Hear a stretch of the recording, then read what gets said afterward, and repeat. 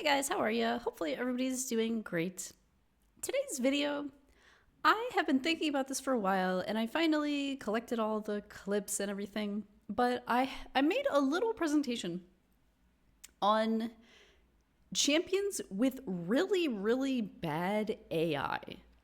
A lot of this is arena, but the same applies to PvP. And yeah, this is just stuff that I see all the time. And so I finally got recordings of all the champs that I could think of off the top of my head. So we'll go through them and let me know if there's any that you can think of that I missed. And maybe we'll do a part 2 of this someday. So here we go. First one on the list is Madame Serris. Let's see what she does. Okay, there it is. She is obsessed with trying to steal buffs that do not exist. So she's stealing absolutely nothing. Doesn't matter that this is a freebie. She'll do the same thing in a real fight. If there's no buffs on the enemy or if there's like very few buffs, she'll go for the steal instead of just the all-out buff removal and placing the decreased defense, decreased attack, which is obviously what you want most of the time. So that's Madame Serris. And yeah, common champ, use like particularly in a go second team. I use mine all the time.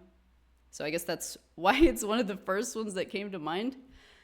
Mythrala Lifebane. Again, you can see like this is kind of a go second team type thing. So let's see what she does. Okay. So even though everybody, well, we've got half dead, right? And we've got half block buffs. But what she does is even if your whole team is like black buffs or stun or whatever it may be, she's going to open up with the hex ability instead of the cleanse. So if you're using her in any type of go second situation, definitely make sure you preset her to do the cleanse because she's probably not going to do it. So, I mean, obviously in this instance, doesn't matter. It's a freebie, but yeah, in an actual fight, definitely matters. Classic lag right there. Okay, so here I put 2 on the same one. You've got nukers that place buffs. Let's see how these nukers handle this fight versus the Arbiter. I can't wait to see them coming hot with their big nukes. Ragesh, Seer, let's go. Seer has opened up with the clan banner, and Ragesh has opened up with that. Incredible. So yeah, if you have any, I mean, this is basically any champion at all, but it's especially detrimental with nukers. Make sure you tell them to do the nuke because they will not. They will open with the buffs every time. So like Ragesh, he's got the big swipe that's a stun, places decreased defense, big nuke. He will open up with the strengthen, increased speed every time. So keep an eye on that one. And then Seer, again, she'll always open up with her clan banner every time. So you don't want to have to wait multiple turns for Ragesh to do that one. Trunda, this is a personal favorite of mine. I will click on your Trunda teams because I know you didn't set it. I know. So let's see what she does here. So I put her up against like UDK, some stuff like this. We've got that. Got the Blizzard Rage. Here she goes. The Cloak of Ages. Nope. So I don't know. She opens with this ability. She'll open with it if you don't tell her. The problem is that instead of using the one where she drops 2 bombs on your team, the Cloak of Ages, oh god, I can't remember the mechanic exactly, but basically it attacks one target and then spreads the damage to everybody. So she's attacking UDK and it does 0 damage, and then she's spreading 0 damage to everybody else. So absolutely unimpactful. You want her to open up with the other one. Yeah, let's just watch again. Literally 0 damage. And then, yeah.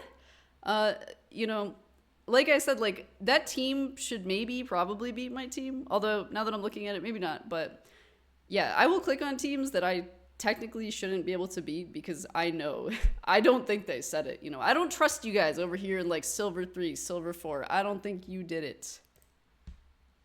Here's another common one, particularly if you're more early game and you don't have Arbin, not sure who that's supposed to be.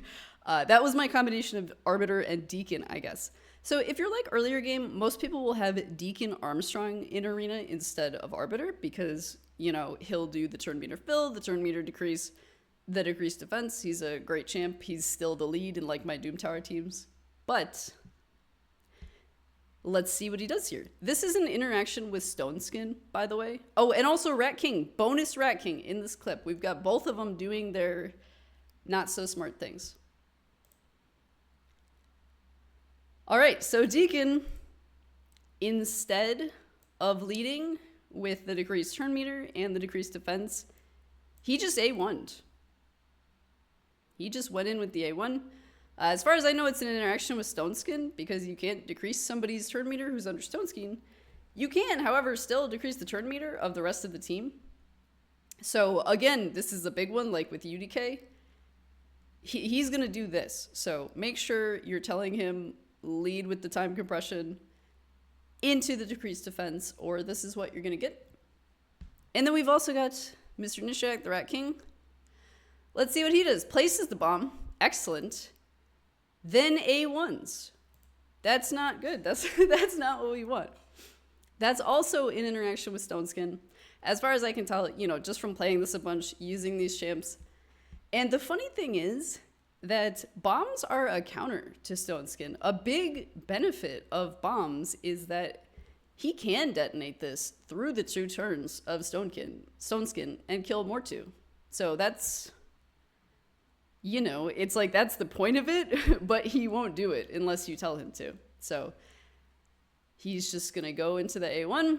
And then as we can see in a sec here, this can actually have devastating consequences because these 2 people should be dead, but instead, you know, this is happening and that's not good. So yeah, just imagine it like when you're not watching your fights, if this is your defense, this is like what's happening, you know, when you're not watching, basically, when you're not controlling it. So luckily it all worked out, but yeah, definitely keep an eye on those 2.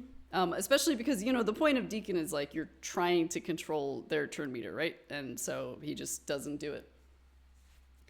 This one here, do you guys ever see this? The Prince Kymar leading with the Seal of Magic, which is like the cooldown reset. So yeah, no, don't do that. Yeah, definitely, you know, tell him you want to open with the Abyssal Gaze because like, I'm not sure what the exact mechanic is, but like if he looks at this team and he doesn't see a bunch of buffs, like he might just open with the Seal of Magic. Which is what happened in this case. You know, what are you resetting? You're resetting nothing. So I see this one all the time, the Seal of Magic being used as the opening move. So yes, there's basically no situation you wouldn't want the Abyssal Gaze that I can think of. I mean, unless 3 people went before you and all their abilities are just so amazing that you want to reset them all, like, you know, it's got to be the Abyssal Gaze. So yes, keep an eye on that one. I had to take Taurus out of this team too because he fears Kymar, so I did lose all those guys just for you to show you that. And then this one is a little bit of new. I haven't leveled my I haven't leveled this champ myself personally yet, but Armanz, I've definitely noticed some weird stuff. Like his kit is amazing, right? All of his abilities are amazing. But in this fight, you're going to see he opens up with A1 and then he uses A1 again, which, I mean, it's not even possible to program your champ to do that. So, yeah, like you can't, that's not even a setting. So yeah, and then yeah, it takes him a long time to like start using his abilities. I think it's another interaction with Stone Skin, but yeah, definitely not what you want because this is an amazing character with amazing abilities. He could have removed my buff. He can polymorph like through the Stone Skin, I believe. So it's like, you know, definitely we don't want an A1 twice here. And then this is the sort of last one, just kind of a little bonus one. I know this isn't really a PvP This is more of a PvP, or I'm sorry, PvE. But keep an eye on your burners, particularly Artok comes to mind, the champion that most of us got for free like last summer or whenever that was. And it's just kind of anybody who places a debuff, they have a tendency to open with it. So instead of opening with the burn, he opened with placing the decrease attack. And it's actually the burn activation. So it's basically the complete opposite of what you would want in any situation involving an HP burner. So there you have it. Let's see if he can still win this incredible fight versus Lydia the Death Siren.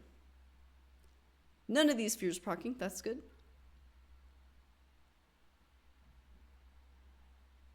Oh, that one did. Can we still win?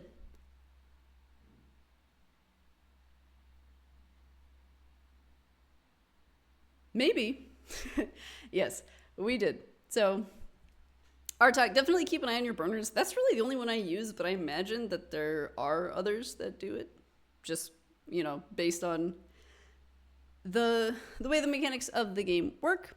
And then, kind of speaking of that, just thinking about people, like, look at a lot of our examples. Like, we had Ragash and Seer, and we had Trunda. If that will ever end. Yeah, and we had Trunda. So definitely just look at your nukers in general, or rather your champs in general, and see what they do when you're not telling them what to do, because I think a lot of it will surprise you. And like I said, I click on people all the time because I don't think they said it. I don't have faith in them, and most of the time I'm right, and it definitely gets me to win a lot of fights that theoretically their team was better than mine, and if it was programmed correctly, it should have won. But thank you guys for watching. Like I said, these are just the ones that I run into all the time. I know there's like a million more of these champs that we could probably come up with. Well, maybe not a million, but I'm sure there's at least a good handful of them. So if you notice anybody that was left off the list, let me know. Maybe could do a follow-up someday. And you guys take care of yourselves. As always, thank you for hanging out with me. Goodbye.